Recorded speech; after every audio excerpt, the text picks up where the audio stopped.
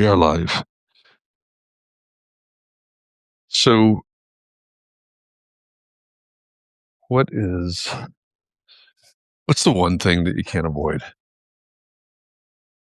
I'm not sure if that's if that's a good statement or not. Maybe it's clickbait. But I was reading a post from Corey Mascara, I think. Apologies to Corey if I mispronounced his name.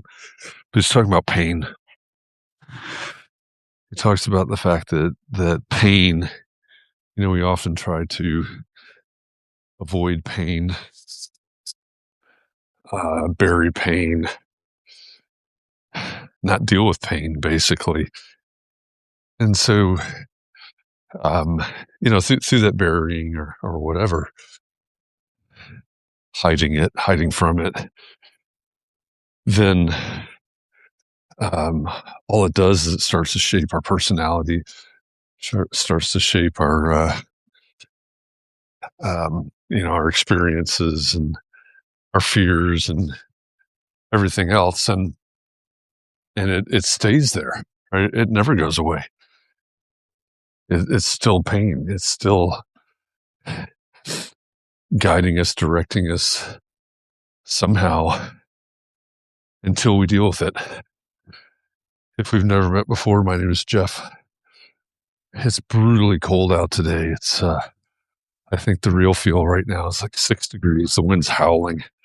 So hopefully it's not too bad sound wise, but I'm walking over to the coffee shop, so walk with me. Let's talk about it. I do this every morning. I pick topics of growth mindset versus fixed mindset, mindfulness, topics like that.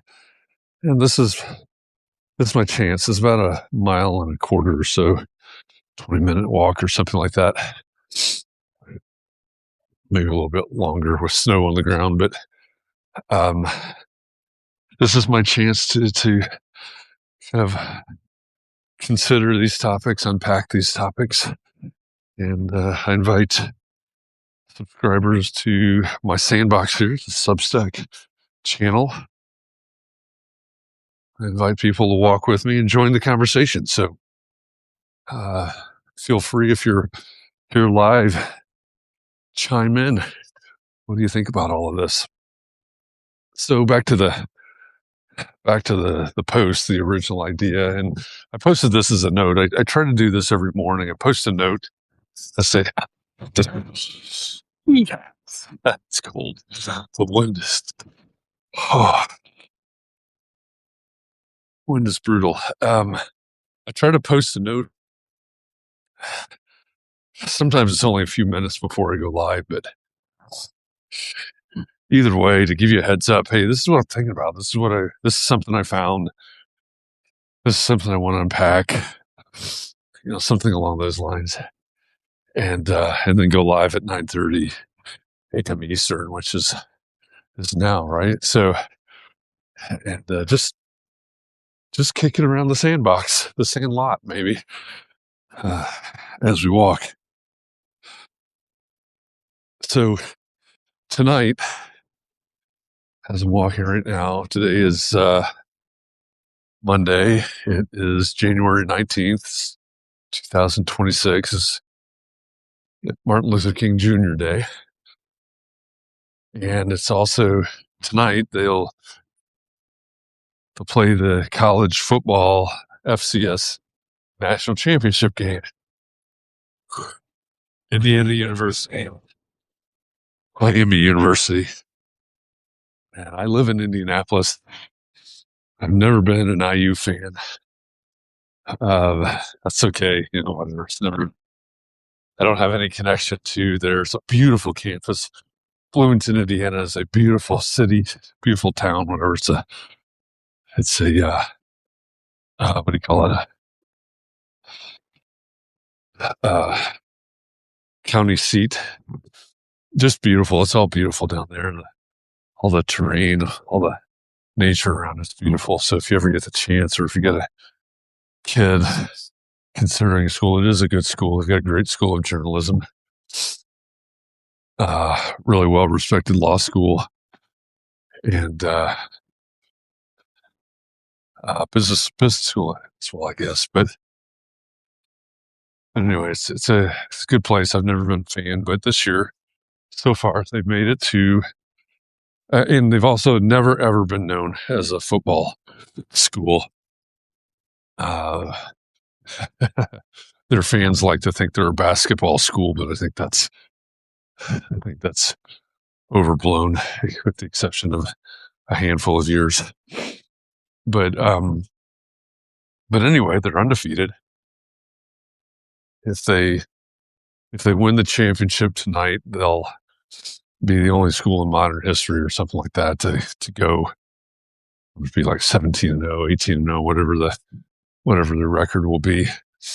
But I think a couple of things that are super interesting about it is they have a second-year head coach, Signetti, who came from James Madison University, where he won, I think, back-to-back national championships.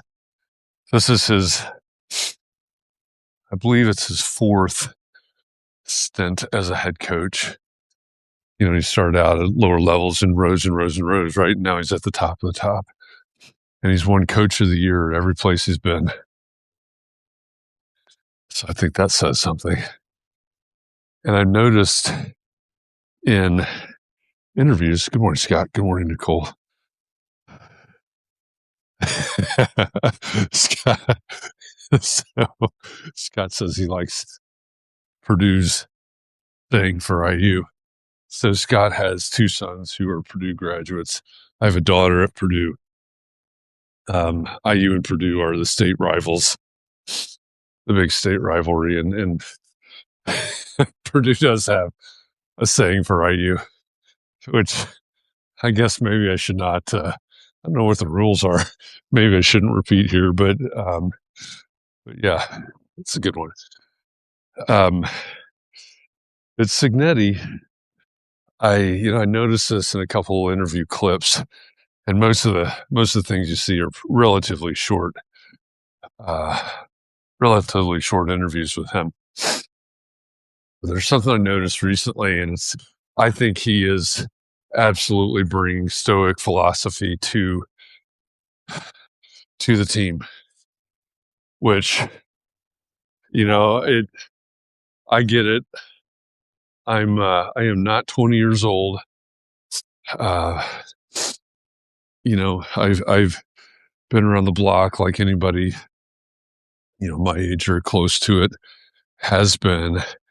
And I'm studying and embracing the Stoics. I think it's fascinating. There's some historical context that aligns with some faith traditions and some philosophy that definitely aligns with some faith traditions. But I think this modern Stoicism, the way its popularity has risen, I think there's so many young people who would be so well served by studying, learning more about Stoics. But anyway, I am certain that Signetti is bringing that to his teams. And I saw an interview with Mendoza, who's IU's quarterback. They were interviewing him as the press time after the Peach Bowl, I guess it was, the semifinals that they won to make it to tonight's game. And so you see this interview with Mendoza. He starts talking about delayed gratification. And he actually mentions Stoicism. He mentions the Stoics. And I'm like, yep, there it is. Maybe he picked that up in a class. I don't know. Maybe he picked it up from his coach. I don't know. But that is something, right? He's talking about the Stoics. He's talking about delayed gratification. And, when I think about this idea of the pain that we're avoiding, that we're burying, that, all those things that are mentioned in that post from Corey Muscara, I think that's how you pronounce his name. Right? We often try so hard to avoid pain, physical, mental, emotional, whatever it is, avoid it or stay on this side. The sun's on this side. We try so hard to avoid that, and it doesn't go away. Right? If we're not dealing with it, right? If we're not facing it,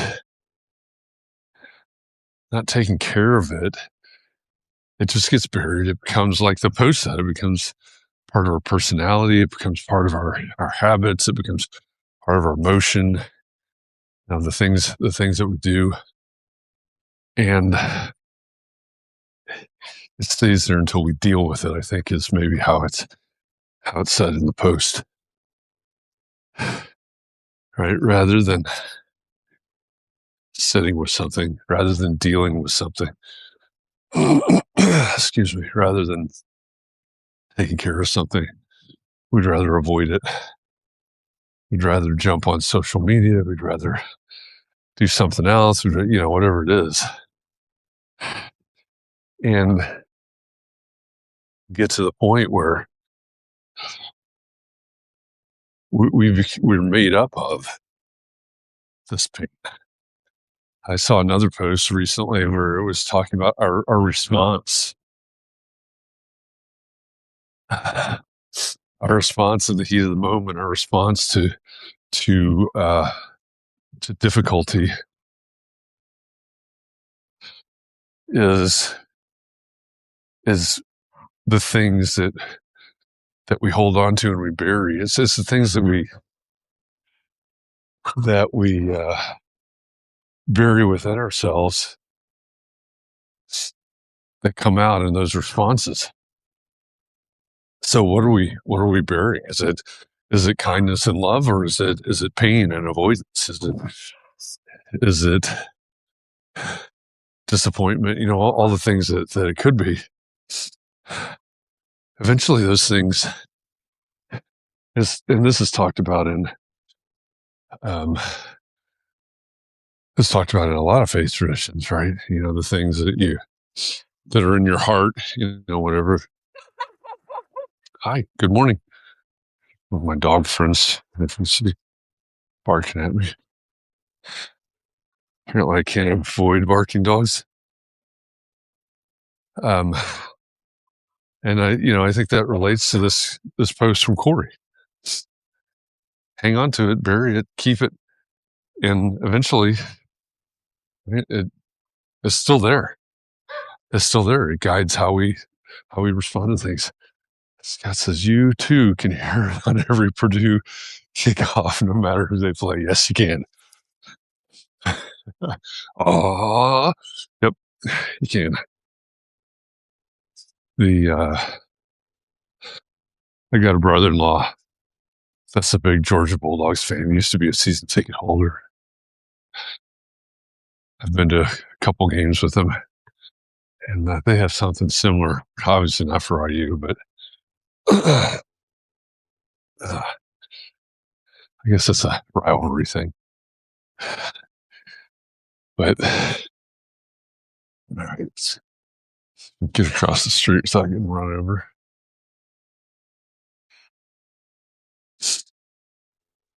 A lot of cars out for being a day off from most people. It's busy. What is going on? Maybe that's why it's busy. No one has anything to do. I just wanted to come out and drive around in the cold. I don't know. Maybe they're all DoorDash. All right. So where were we? We're talking about this post. And for Scott and Nicole, they're both on Job with Jeff this morning, which is a show I host every morning in the Entree Architect Network. This post from Corey Mascara is a long one. He starts out talking about the fact that he's 35, he's been a monk, he's has a family, whatever his life story is. And he said, if you're a 20-something, read this. And it's like 25 points. It's pretty long, one of those carousel posts on Instagram. But there's some really good advice in there, definitely for 20-somethings. But there are a number of points in there that ring true even for those of us who might be multiples of 20-something. And I think this is one of them, right? It's the pain. How many people, and I think about how many people go through their entire lives. You hear stories all the time. It's the thing of legend. It's the thing of movie scripts, of sitcom themes. Like this angry old man, that's carrying some pain, and some a little girl or a dog or whatever, somehow helps him to release that and, get back to some state that's not just completely guided by whatever the pain is causing, however the pain is causing him to lash out. Yes, maybe it's such a human, such an element of humanity, I think. And I think over the last few years of practices that I have started and have what do you call it? Participated in? That doesn't seem like the right phrase. Practices that I've developed, that I have: yoga, therapy, meditation, other things. I think Carolyn asked me this the other day. If you're new around here, Carolyn is my girlfriend. Asked me this the other day about, she said, do you think most people, I forget the context we were talking about at the moment, but do you think most people find this or feel this or something like that? And I think the answer is no. I think most people go around not dealing with their shit. I think the reality is most people go around, they don't embrace any sort of practices, any sort of mindfulness, therapy, there's a million things you do. Do you need to go see a therapist? I don't know. Maybe not. Maybe you do. Maybe you don't. I don't know. Is that the only solution? No, absolutely not. Right? Do you need to go to yoga? Do you need to meditate? Do you need to have a gratitude practice? I don't know what you need. Again, there's a million things you can do. And I think there's millions and millions of people that don't do anything. That don't deal with any of it. That's my answer. I think most of us don't deal with the pain, back to Corey's post, don't deal with the things